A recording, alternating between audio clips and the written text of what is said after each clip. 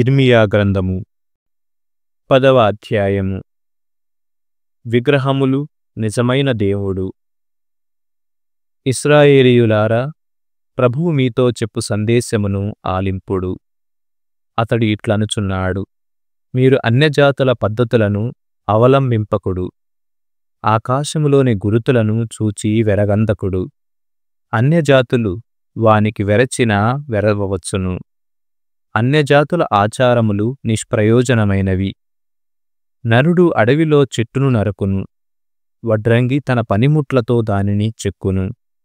దానిని వెండి బంగారములతో అలంకరించి క్రింద పడిపోకున్నట్లు చీలలతో కొట్టి నిలబెట్టుదురు. విగ్రహములు దోసతోటలోని దిష్టిబొమ్మల వంటివి.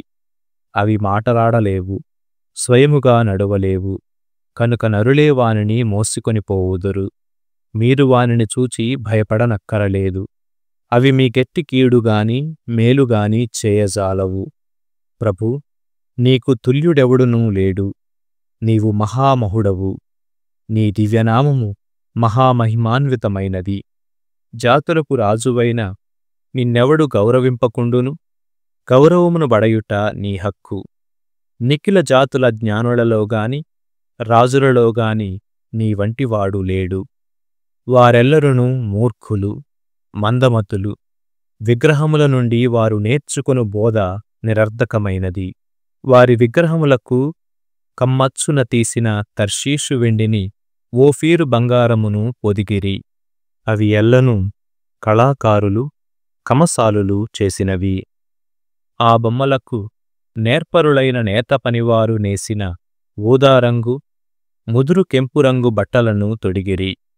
కాని ప్రభువు నిక్కమైన దేవుడు, సజీవుడైన దేవుడు, శాశ్వతుడైనవాడు.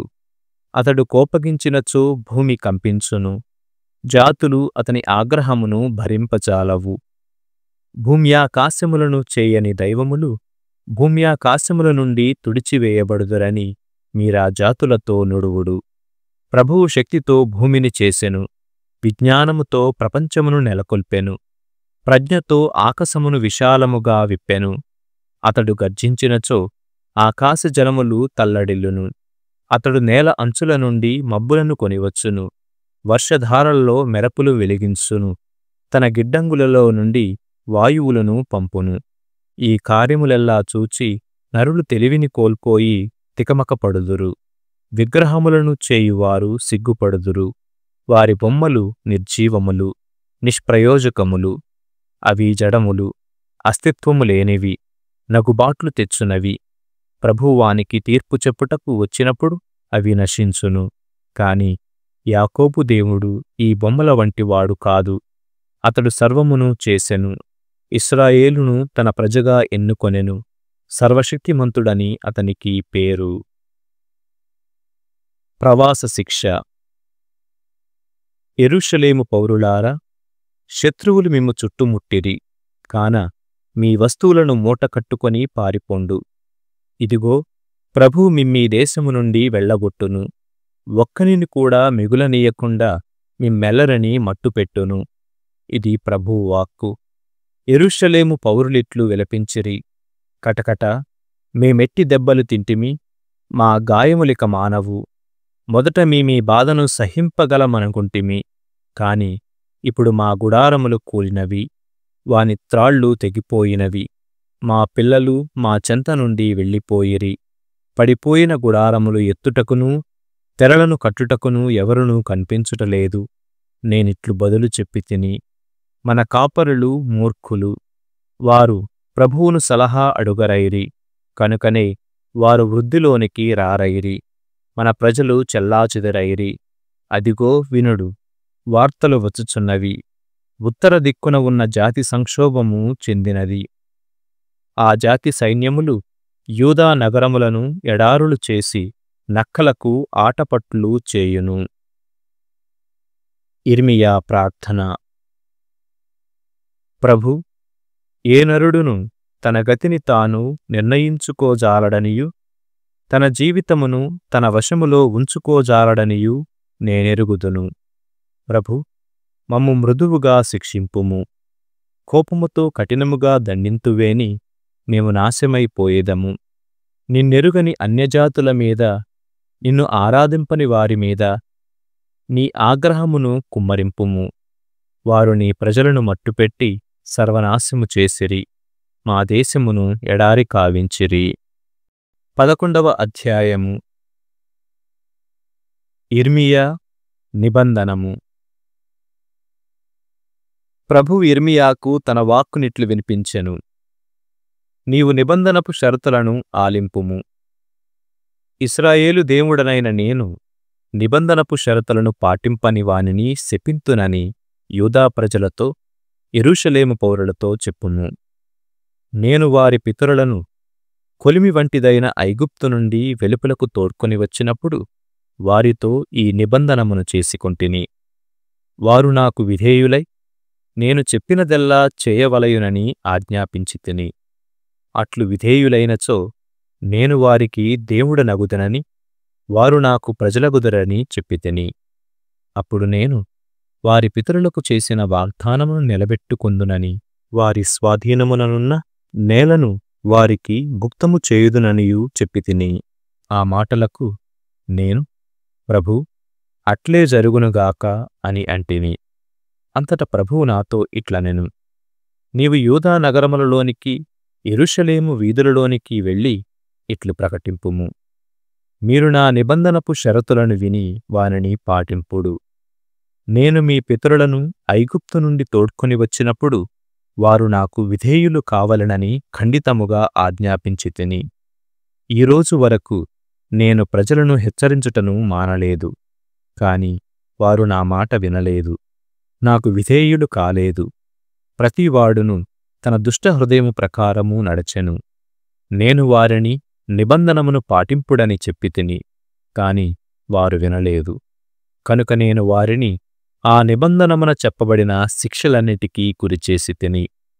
అటు పిమ్మట ప్రభువు నాతో ఇట్లనెను, యూదా, యెరూషలేము ప్రజలు నా మీద కుట్ర పన్నుచున్నారు. వారు కూడా తమ పితరుల వంటివారై నేను చెప్పిన పనిని చేయుటలేదు. అన్యదైవములను పూజించుచున్నారు.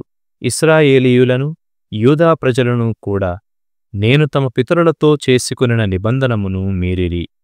కనుక ప్రభువునైన నేనిప్పుడు వారిని వినాశమునకు గురిచేయుదుననియు, వారు దానిని తప్పించుకోజాలరనియు హెచ్చరించుచున్నాను. వారు నాకు మొరపెట్టినను నేను వినను. యూదా నగరములలోని ప్రజలను, యెరూషలేము పౌరులను తాము సాంబ్రాణి పొగవేసిన దేవతల యొద్దకు పోయి వారికి మొరపెట్టుకోవచ్చును. కాని ఆ దేవతలు వారిని వినాశము నుండి కాపాడజాలరు. యూదా నివాసులు తమకెన్ని నగరములున్నవో అందరు దేవతలను కొల్చుచున్నారు. యెరూషలేము ప్రజలు తమ పట్టణమునెన్ని వీధులు కలవో అన్ని బలిపీఠములను హేయమైన బాలుదేవతకు నిర్మించిరి. ఇర్మియా, నీవీ ప్రజల తరపున మనవి కాని, ప్రార్థన కాని చేయవలదు. వారాపదలో చిక్కి నాకు మొరపెట్టుదురేని నేను వినను. దేవాలయమునకు పోవు వారిని మందలించుట. నేను ప్రేమించు ప్రజలు లజ్జాకరమైన పనులు చేయుచున్నారు. వారికి నా దేవాలయమున నిల్చుటకు హక్కు ఎక్కడిది? వారి మ్రొక్కుబడులను, జంతుబలులను రానున్న విపత్తు నుండి వారిని కాపాడునా? ఆ విపత్తు వచ్చిన పిమ్మట వారు సంతసింపగలరా? వారు పచ్చని ఆకులతోనూ మనోహర ఫలములతోనూ నిండిన ఒలీవు చెట్టు వంటి వారని నేను పూర్వము పలికితిని. కాని ఇప్పుడు నా గర్జనమను పిడుగుతో దాని ఆకులను కాల్తును, దాని కొమ్మలను విరతును. సర్వశక్తిమంతుడను ప్రభువునైన నేను ఇశ్రాయేలును, యూదా ప్రజలను చెట్టువలే నాటితిని. కాని ఇప్పుడు వారికి వినాశము దాపురించినది. వారి దుష్కార్యముల వలననే వారికి గతి పట్టినది. వారు బాలుదేవతకు సామ్రాణి పొగవేసి నా కోపమును రెచ్చగొట్టిరి.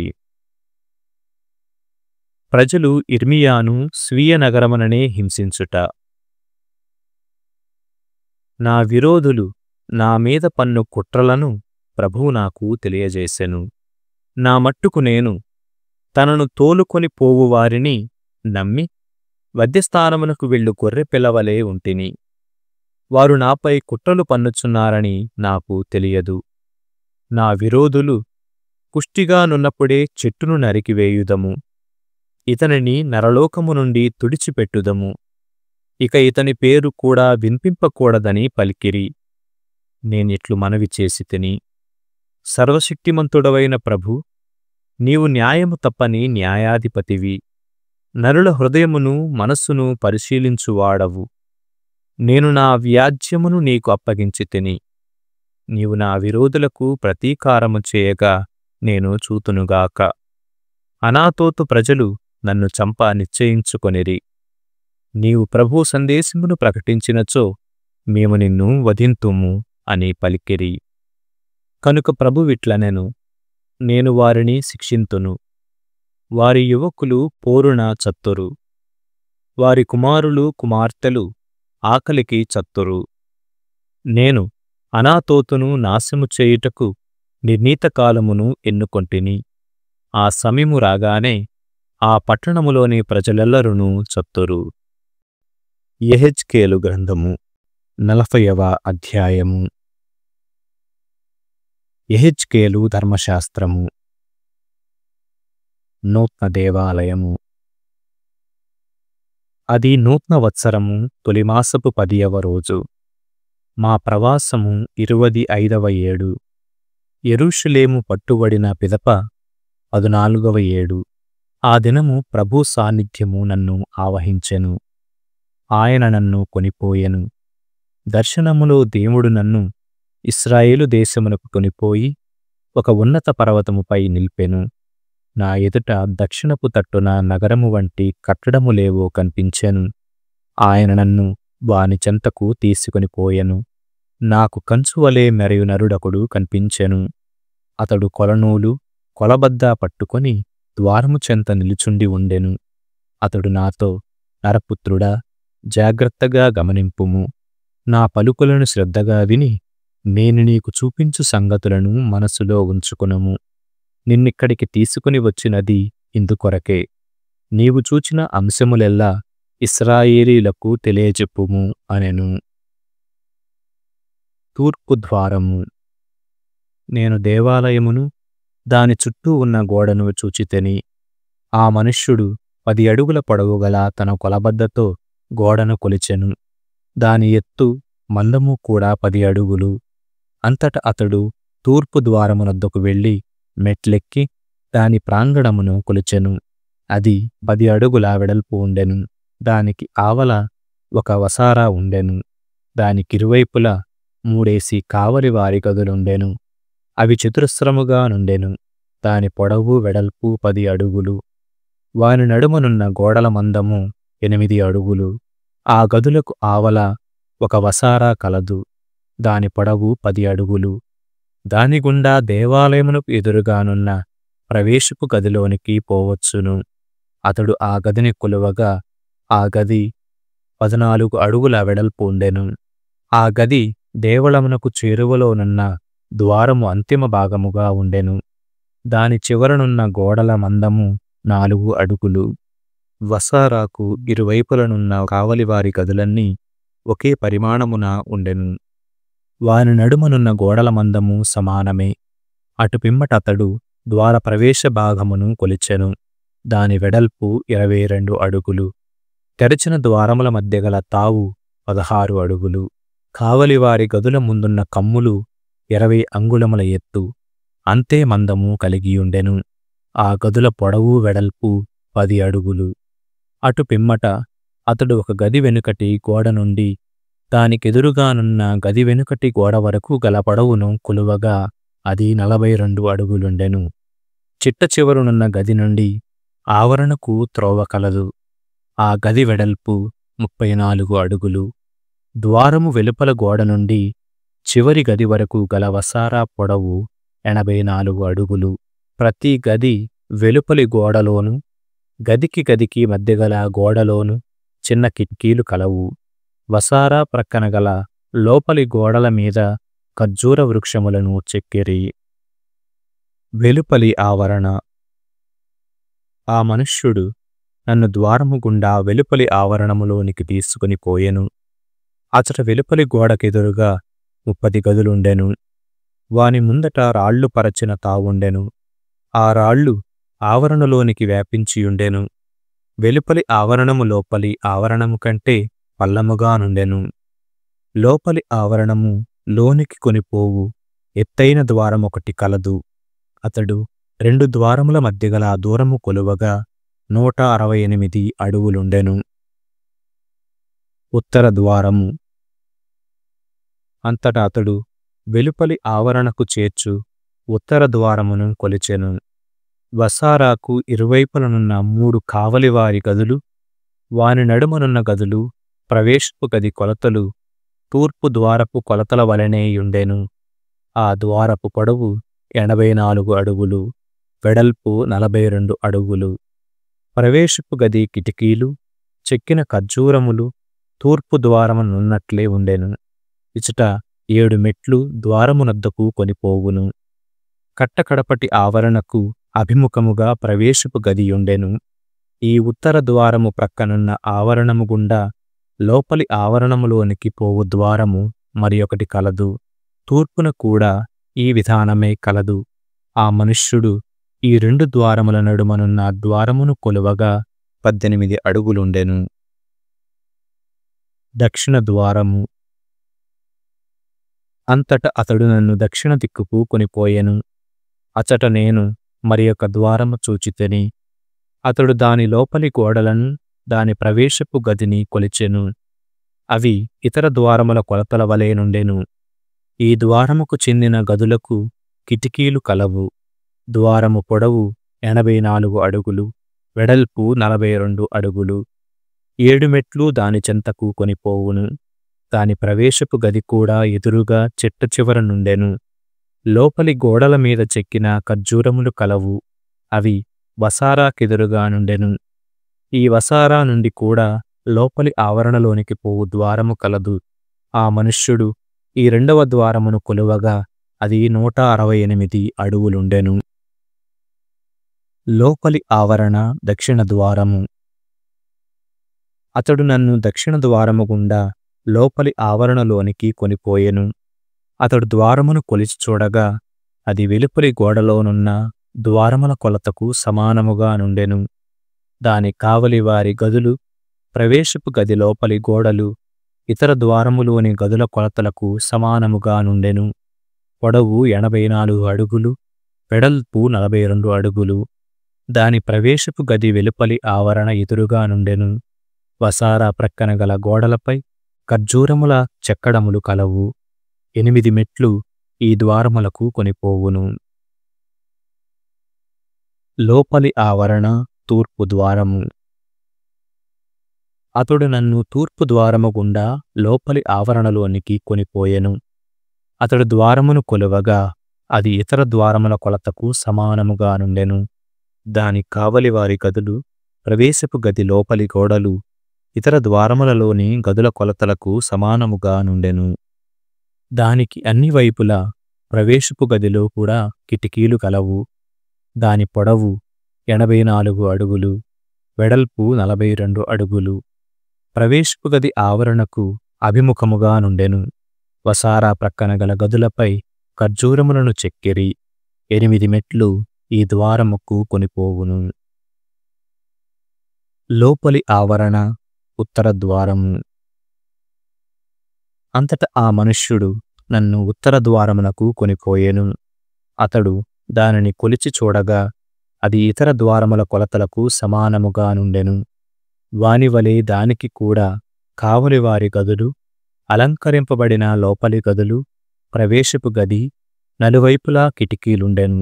దాని పొడవు 84 అడుగులు, వెడల్పు 42 అడుగులు. ప్రవేశపు గది వెలుపలి ద్వారమునకు అభిముఖముగా నుండెను. వసారా ప్రక్కనున్న గోడలపై ఖర్జూరములను చెక్కిరి. 8 మెట్లు ఈ ద్వారముకు కొనిపోవును. ఉత్తర ద్వారము ప్రక్కనున్న కట్టడము.